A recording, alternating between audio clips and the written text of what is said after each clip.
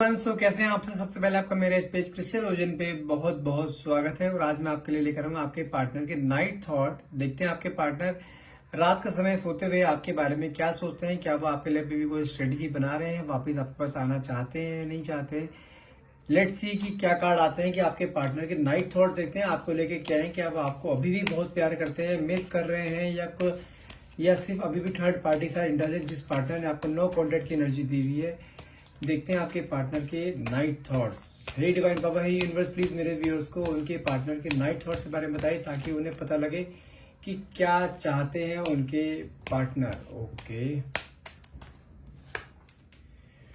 First card निकला the death, king of sword and S of cup.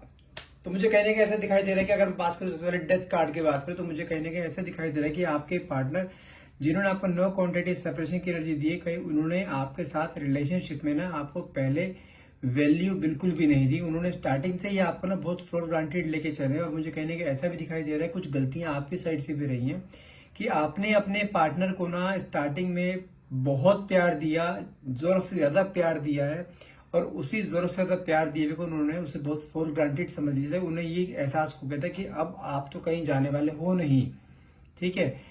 तो उन्होंने आपकी वैल्यू समझना बंद कर दिया। और अब जब से आपने अपना एक स्टबन नेचर बनाया है ना, कार्ड की बात करूं, जो किंग ऑफ स्वॉर्ड की बात करूं मैं, तो अब मुझे कहने का ऐसा दिखाई दे रहा है कि आपको ना इस चीज का एहसास हुआ है कि कुछ गलतियां आपसे भी हुई हैं। जो आपने एक होता है कि इंसान को जितनी भूख होती है आप उससे भूख से ज्यादा खाना देते हैं, वो खाना वेस्ट करता है, खाता नहीं है।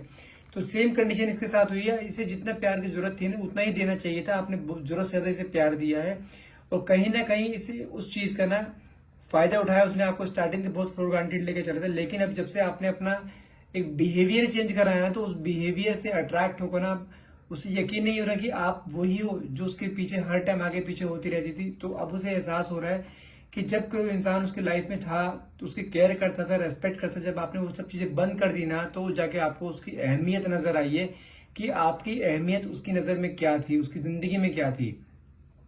उसे इस चीज का एहसास हो गया, जितने केयर, जितना प्यार, जितना एक इमोशनल अटैचमेंट था ना आपके साथ उसका, उतना अटैचमेंट किसी और के साथ उसका आज तक हो ही नहीं पाया और आगे ना कभी हो पाएगा।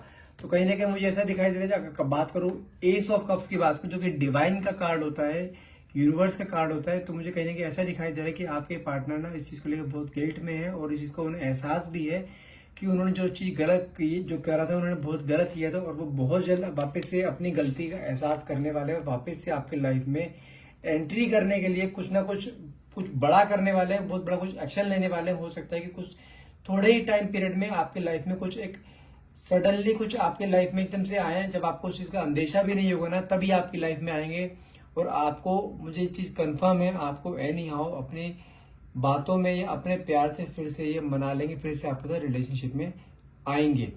क्योंकि मुझे ये चीज दिखाई दे रही है कि अब आपके बिना ना वो नहीं रह पा रहे हैं। उनका एक एक पल काटना आपके बिना मुश्किल हो रहा है। जैसे कहते हैं ना, सांस, इंसान को जीना है तो ऑक्सीजन की जरूरत होती है। तो आज की डेट में आप उसके लिए ऑक्सीजन बने हुए हो। हर पल आपके बारे में सोचते रहते हैं। जब जब आपके बारे में कुछ सोचते हैं ना, तब तब उन्हें अपने आप को गिल्ट फील होता है कि जो भी रिलेशनशिप खराब हुआ है ना, सिर्फ और सिर्फ उन्हीं की वजह से हुआ है। उस पूरे रिलेशनशिप को खराब करने की जिम्मेदारी वो अपने ऊपर खुद लेते हैं कि उनको पता लग गया है कि हाँ, जो भी प्रॉब्लम थी उन्हीं के अंदर थी। आपने हमेशा अपना 200% दिया है और आपके 200% को उसने 0% समझ के ना आपकी वैल्यू बिल्कुल जीरो करी। आपको कभी काम कभी अप्रिशिएट नहीं करा। जितने सेक्रीफाइस आपने करे थे ना, उसने उसका 1% भी नहीं करा। उस चीज का उसे एहसास है और वही एहसास ना इसको फिर से आपकी तरफ अट्रैक्ट कर रहा है। और इस बार वो आपके पास जब आएंगे ना, एक बहुत बड़ा ऑफर लेके आ सकते हैं। हो सकता है कि आपको लॉन्ग लाइफ के लिए आपको कमिटमेंट भी दे सकते हैं। आई होप रीडिंग आपसे रेजोनेट करी होगी। अगर आप रीडिंग को क्लेम करना चाहते हैं तो प्लीज कमेंट बॉक्स में thank you universe, thank you divine power लिखना ना भूलिएगा। And thank you so much for watching. Have a nice day.